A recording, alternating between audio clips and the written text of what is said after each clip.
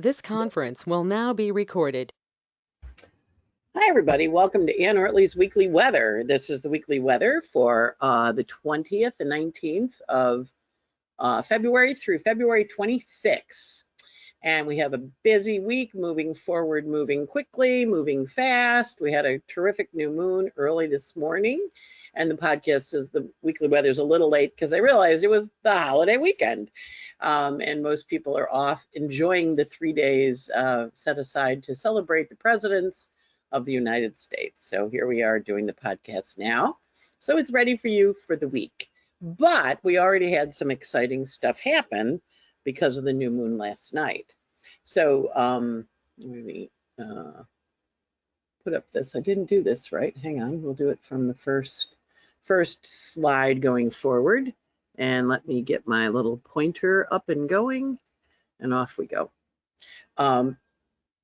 So tonight, we also will have a new moon webinar, which I didn't have last night because it was the holiday weekend. So tonight at 7:30, if you want to sign up, it's on my website and it's on Facebook. And if you get my mailings, my email list, you're on my email list, you're getting an email with a link to it.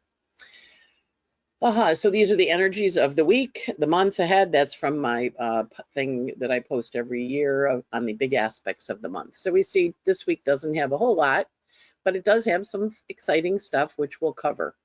So first up, when we're looking at the energy of the week, is we have Venus in a sextile to Pluto, which happened last night.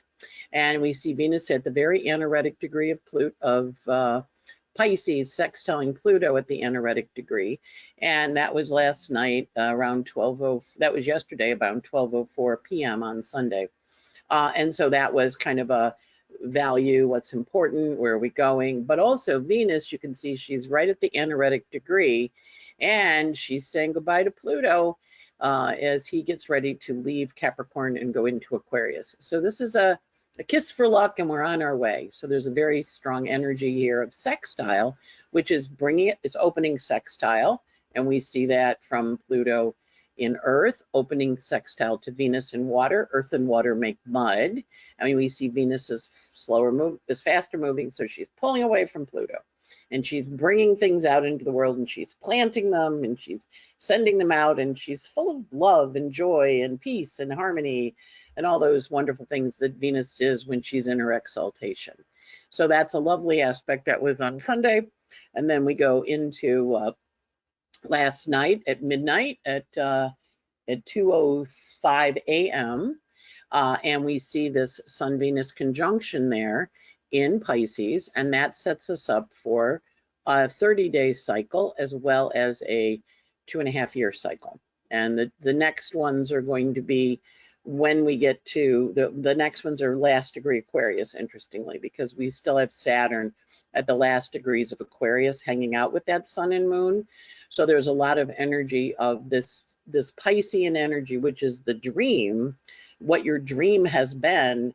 And now with Pisces, we're giving form to the dream, we're giving ideas to the dream. And we see here Venus in a lovely degree, encouraging that. And we also see Jupiter, who's the other co-ruler of the dream, because he rules Pisces. Jupiter and Neptune both rule Pisces. We do traditional and modern rulers. And so Jupiter in Aries is like, okay, let's get it out there. Let's get it rolling. And Neptune, of course, is hanging out with Venus. Venus met Neptune last week, kind of woke up the story from April of last year, April 12th.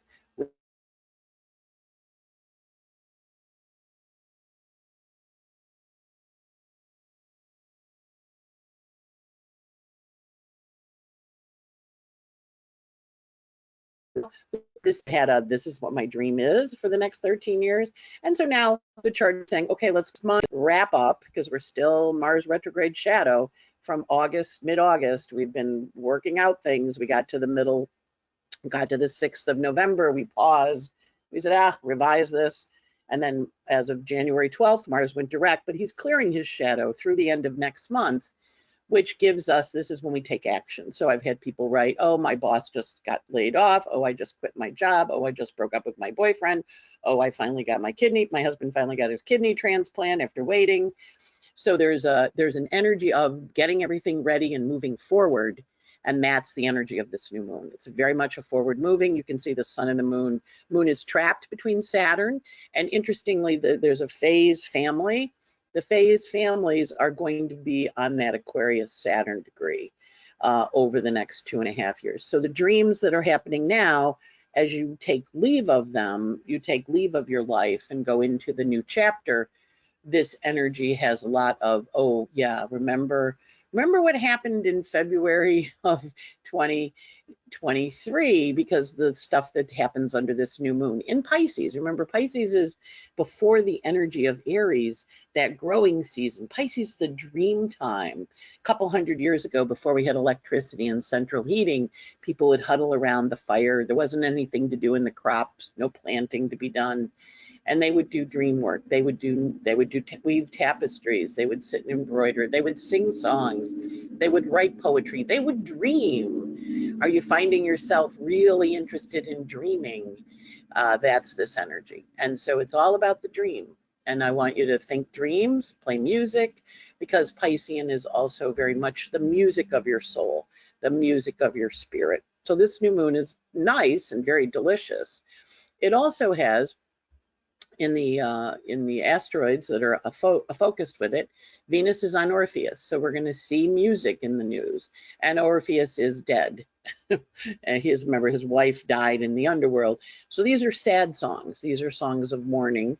And of course, we just had another earthquake in Turkey, and we have many. I think I saw 33,000 people. So the mourning, the loss, the descent to the underworld of that Venus-Pluto. We also have Mars contra-parallel Cupido, which is, they were my family and my tribe, but now I need to leave. We also see Saturn in parallel Icarus. So this is really a fall from grace. If you remember the mythology of Icarus, he fell from grace because he didn't follow instructions, or he had a little hubris, thought he could fly high and be Saturnian, and he didn't listen, so he fell. So this is a caution to all of us. Kind of listen, pay attention, let them know, and that's that Saturn. We also have Uranus contra parallel Psyche. People are not going to like it if you analyze their psychological motives. Just look at them and go, I think that's a psychological motive, and move on. Now, you may be tempted, because Uranus is contra parallel Psyche, to go, yeah, and that's what's going on.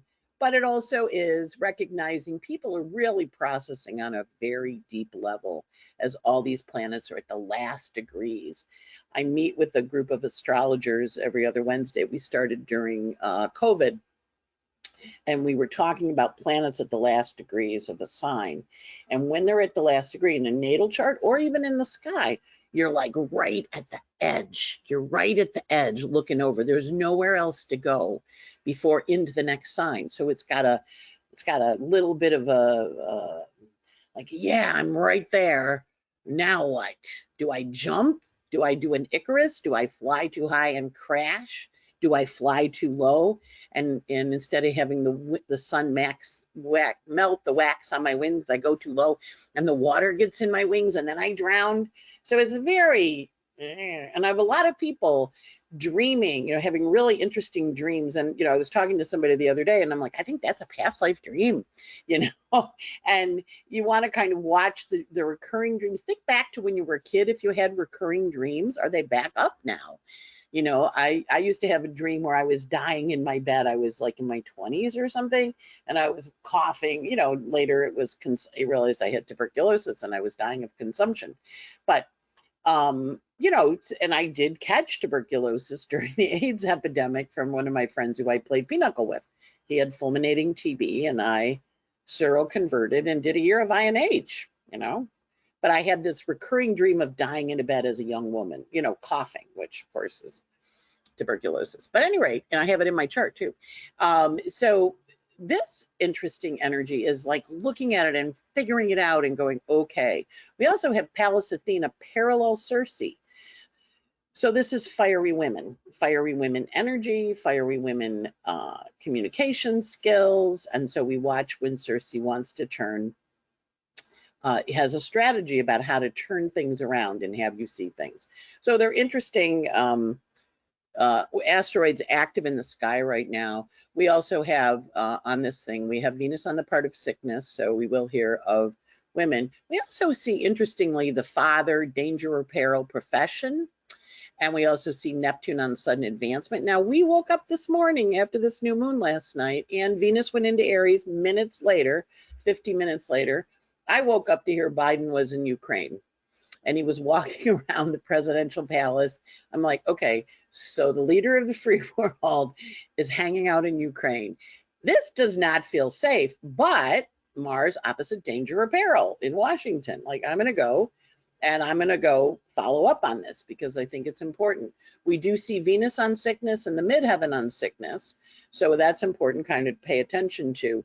But we also see this energy, and of course, Venus had gone into Aries like 50 minutes after the new moon. Now, interestingly, there's a phone of de-escalation, something like that. So our Pentagon called Russia and said, hey, Biden's going to Ukraine, so we wanted to give you a heads up so you don't get freaked out. So I'm like, that's Mars opposite profession. You know, we're going to, hey, we're sending the leader of the free world, and they probably don't want to bomb Kyiv today. And so interesting energy. Of course, the energy is very strong. We have a lot of daughters and women in this new moon too. So we'll be watching the role of women, the role of daughters, and how it moves forward. But I thought it was kind of fascinating, that new moon that happened. And you can see here, Venus entering Aries at 2:55, which was 50 minutes after the new moon. And of course, it's in Sagittarius. Venus is in a war zone. We're meeting and we're saying, hey, we're going to take care of you. We're going to continue to support you. And of course, the leaders are meeting over there in, I'm drawing a blank on where they're meeting, but they're all meeting there. And we've had, you know, Germany went there, France went there to visit, went to Ukraine. So the energy, can't make this astrology stuff up. And I do a pocket, you know, I send a thing out every day to people, like what the day's events were. And I said, ooh, big news on the world front around war and fighting with Venus and Aries in a semi-square to Uranus on a world point in Taurus, but Venus is on a world point. And here's this Venus in the third house. Like, we're going to do a covert operation of travel. But before we do, we call and we say, hey, by the way, Biden's going to Ukraine, no bombing Kiev. And there was an air raid siren, but you know, I'm assuming he got out. I haven't heard he's dead. But yeah, kind of interesting. Can't make this astrology stuff up. And I kind of wish I'd done this last night when I thought of, oh, you know, it's a big thing tomorrow, like big world news. And I didn't. But, you know, the astrology still works. But I did say it on the pocket that I send out to anybody, the cup full of stars. They all heard it. So they'll testify to my accuracy there. Astrology, I love it because it has all this really interesting stuff. Next up this week, we have Mercury square Uranus. Now, remember, Mercury is also in the sign of his exaltation. Loves to be in Aquarius, one of his favorite signs, very high thinking, critical thinking, sees high, sees a vision. Mercury square Uranus in the house of law, legal matters, 6th house. So we did have documents released last week about the Georgia grand jury. Somebody fibbed, somebody perjured themselves. They call it a bigger word when you lie to the court. It's called perjury. But we also see this Mercury square Uranus. So we're going to watch on Tuesday for unexpected announcements, pretty big announcements, world event announcements, because Mercury is in Aquarius and Uranus is in on a world point. Venus is just off of Aries, right? So the energy of acting, and of course there's a lot of women in the news this week. So we're going to watch for women to go to war or to assert things or say, hey, we're doing this, because Venus now has shifted above the equator. It's not mysterious and hidden anymore. She's above the equator by declination, and she is in Aries, the sign of going forward. And she's answering to the Mars in Gemini, still working in Gemini. Mars is still out of bounds. So that Mars is also talking to the Mercury. And in a day or so, Mercury is going to trine that Mars in Gemini. Now, interestingly, the Mars in Gemini is what the United States chart has. The Declaration of Independence has a Mars in Gemini in the 7th house. So, you know, that is the you know, when the founding fathers created the chart, they picked a Sag rising chart. Some people go with the Scorpio rising. I'm like, no. The founding fathers were Masons. They were astrologers. They would not pick a Scorpio rising chart with a crappy Mars in Gemini. No offense to the people with Mars in Gemini. In this case, Mars in Gemini is answering to a retrograde Mercury in Cancer. So our enemies talk trash about us, but they don't really take us on. And Mars in Gemini in the 7th, you know, that's Abraham Lincoln quote, you know, no armies are going to ever attack us because our borders are the oceans, right? But we can be taken down by internal means. And that's the Mars in Gemini. And we had Mars in Gemini where brother fought brother during the Civil War. And we now have, we have that again, where we're in a very contentious time. In this case, former president was a Gemini with his son on the Mars. So he helped sow the division. I don't think he did it all, not blaming him for everything, but that energy of splits and breaking up and people saying, yeah, you know, we're really at a crossroads. How are we gonna work? What are we gonna do? So Mars in Gemini is, what are the choices we're gonna make? But the Mercury trining the Mars is a positive energy because Mercury is in its exaltation and Mars is in Gemini. So if we think of Mars being in Aquarius, Mars in Aquarius is a spy Mars. They recruit spies with Aquarius Mars because they keep their cool under stress and they have a big visionary picture, and then they're killers because Mars in Aquarius can kill without Mars is a warrior planet, right? Not saying all the people with Mars in Aquarius can kill, but I always, when I read an Aquarian, I always go, oh, you guys have that, what we call the Aquarian death stare, when you go, I'm done.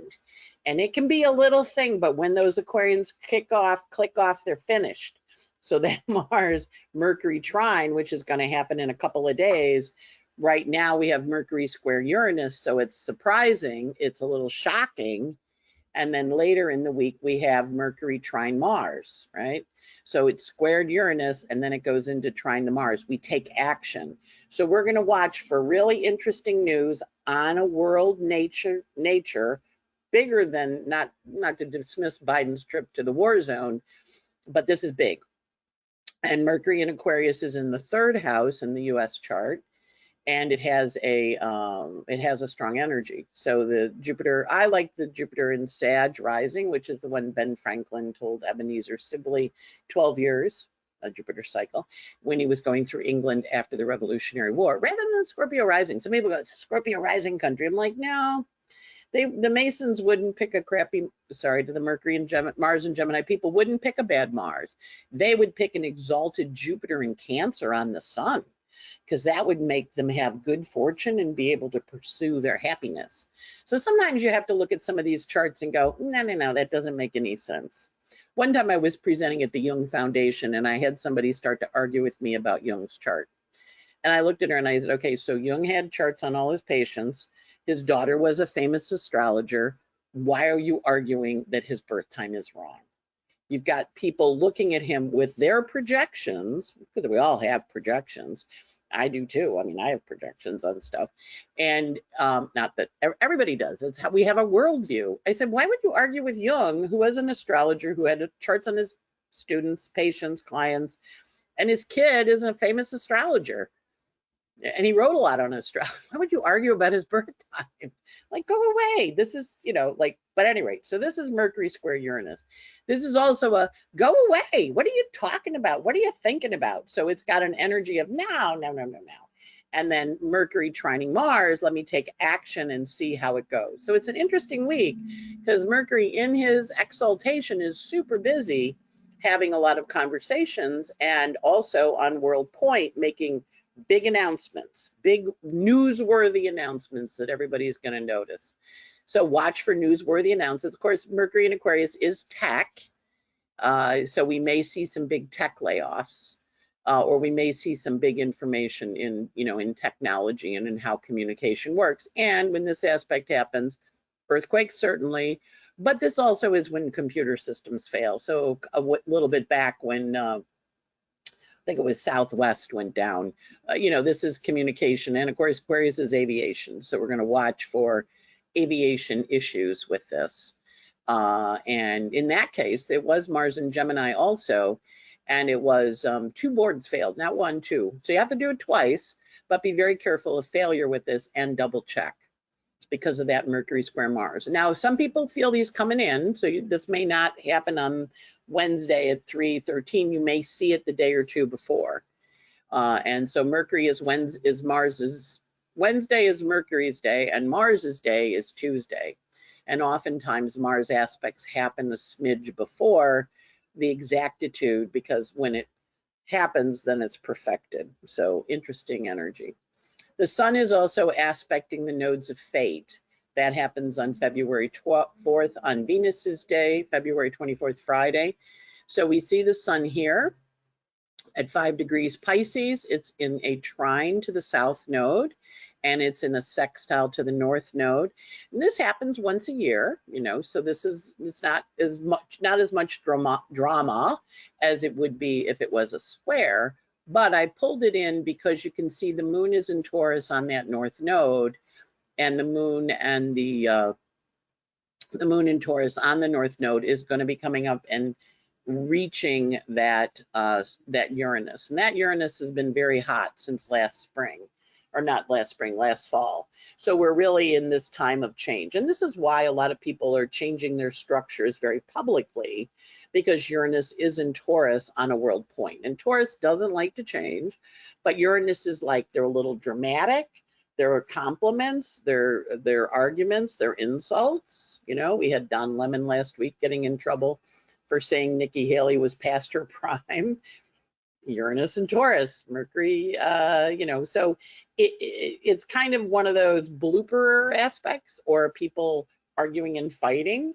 You know, right now we're having a big fight going on in the astrology community in the Facebook land over what kind of house system you should use. You know, the old what's the proper house system? What's the true religion for house system? Now, when you look in any software for astrology, there's like 10, 15 different house systems, but there's one true house system. And so we have to kind of look and go, okay, yeah, you know, like I'm a Catholic, you're a Muslim, they're Jewish, they're Protestant, they're Hindu, they're Sufi. One true religion? I don't think so. Lots of religions for different reasons, different times, created for different purposes. House systems are like that. So when my students say to me, which is right? Because I grew up with a Placidus teacher. So I use Placidus because I was trained as a predictive astrologer. But I use equal houses. I'll do that tonight when I do my new moon webinar. I use equal houses for that, whole sign houses. So yeah, so is there one true religion? I don't think so. But we're having a big fight that there's one true religion, one true house system. So watch for dogmatic conversations, because Mercury square Uranus is bap, bap, bap, bap, bap, bap, bap, and I'm mad at you. And it's like, all right, be mad, whatever. Really, one true system? I don't think so. So honor the diversity, because that's what Pluto, and again, Pluto in Capricorn, the last grasp, like it has to be this way or else. And it's, you know, Pluto's going into Aquarius next month, and it's going to be hopefully not a free-for-all, but it's going to be, you know, you need to think a little broader. You need to think a little more big picture. Now, I will say Vlad the Impaler had a lot of Aquarius in his chart, and he impaled people on his little sticks in his castle for not believing what he said. And so there were the story of the 2 priests visiting, looking at all these people impaled on poles in his courtyard and saying, you know, I impaled them because they didn't believe in the one true God. And one priest was like, oh, wow, yeah, okay. And he didn't say anything. And then the other priest goes, I don't really think God wants you to impale people because of the one true God. Well, guess who ended up on a stick, impaled? This is that energy. It's very intense this week. So be aware, if you open your mouth, it can get a little exciting. So people can be very reactive. You know, the world's reactive right now. So, but with Mars and Gemini, well, you know, you said, and then no, you said. Mars and Gemini is also sibling rivalry and fights with siblings. So here we've got a bunch of astrologers fighting in Facebook land. And I'm like, oh my God, look at this fight. And I'm like, all right, it's interesting, but it also is an energy of intensity, right? Okay, so that's the aspects for the week. Big ones. Next up is the little guys. Okay, so the sun goes from 3 Pisces to 7. At the end of the week, he's going to be on a world point, 7 Pisces, 7.5 Pisces. As I mentioned, sun does not have a lot of aspects. He's in Pisces. He's feeling the emotion, put on music, sing, dance. That's what he likes to do. He does have a quintile to Uranus, which is having him see things in a new way. And as I mentioned, he has the aspects to the nodes of fate on the 24th, where he makes some changes. Mercury this week in Aquarius is a sign of his exaltation. He is, and remember, with the sun in Pisces, he's doing one of two things. He's answering to either Neptune in Pisces, which is the one true belief system, or he's answering to Jupiter in Aries. Like, if you don't believe what I say, I'm going to have to hurt you, right? Because Jupiter in Aries can be a little bossy. So that's why we want to watch that Pisces sun, because two very different rulers, depending on who you want to give him, who do you want the sun in Pisces to answer to. Mercury in Aquarius is very busy, and he runs from 12 Aquarius to 23. And as I mentioned, he has the square to Uranus and he has the trine to Mars. I did not mention that he has a sesquiquadrate to Ceres, which is also a component of it. And then he has a contraparallel to Uranus, where he gets mad, because that's hard to show in the charts. He has a contraparallel to Uranus. So this is like, well, I don't care if you don't believe me. I believe me and I'm leaving, and you know how like you get in those stupid fights with people and suddenly it escalates. That's the energy for this week. Now it's escalating. You have to remember this. It's escalating so you can leave, or so they can leave. You know how like you throw a little more on, and you get it going? Yeah, that's what the energy is like when you say it on purpose to get them mad, right? And that energy is very strong this week. So be aware that that can really fly off. If you say something, people can be very insulted, and you have to go, okay, do you think you're wrong? Do you think you're right? And if they, but they might get mad at you. And it is it's a little bit of a door slammer week. I'm slamming the door because I'm done. I remember I had someone, and it was a long time ago. It was 1989, 88, summer of 88, spring of 88. And I was starting a new job, and my cat had died right before then. And it was very traumatic. The cat dying was very hard. And a friend had been very supportive of me during the cat dying. And, but she was one of those high maintenance friends. No problem with high maintenance friends. Everybody has them. But I was starting a new job, and I was very anxious about it. And she was like, okay, so because I was going off to training. And I'm a Pisces. I need my space, right? I mean, I'm very social, but when I need to go away, I need to go away. So she's like, okay, so we'll get together on the weekend between when you're home for class. You're going to be in California getting trained. And I'm like, no, I don't want to get together then. She goes, well, no, we have to get together. And then I said, no. She goes, well, I just helped you through your cat dying. And I said, yeah, I know you helped me through my cat dying, but I don't, I'm a little stressed, and I don't know how I'm going to feel. And so I don't want to schedule anything for that weekend. I might just want to sit in my pink chair and read Stephen King books, because that's when I was reading Stephen King books. She got really mad at me. We started having this huge fight. And I was like, why are we fighting? But push on this fight that I had to see her on that weekend between the two training sessions. So she's giving me a hard time. And I said, look, you were very helpful with the cat, but you're not in that level of friend.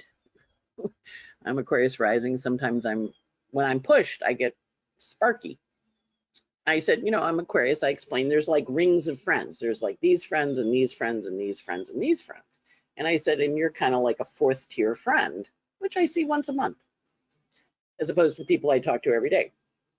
I'm a 4th tier friend. I'm like, yeah, I talk to you every day. I said, for 2 weeks when the cat was dying, and you were very supportive and very helpful. But now you're going back to your proper position as a 4th tier friend. Oh, she was mad. Oh, was she mad? We had a huge fight. She was screaming and yelling at me. We hung up.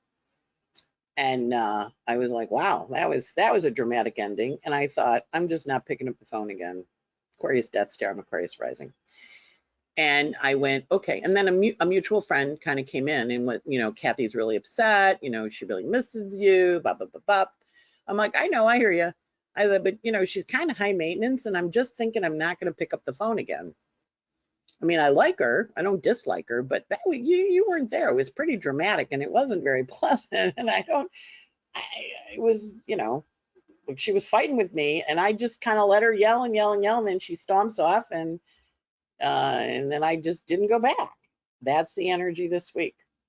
Now, the other friend gave me a little bit of a hard time about it, but like 8 years later, she said to me, Kathy really is a little bit of a high maintenance friend.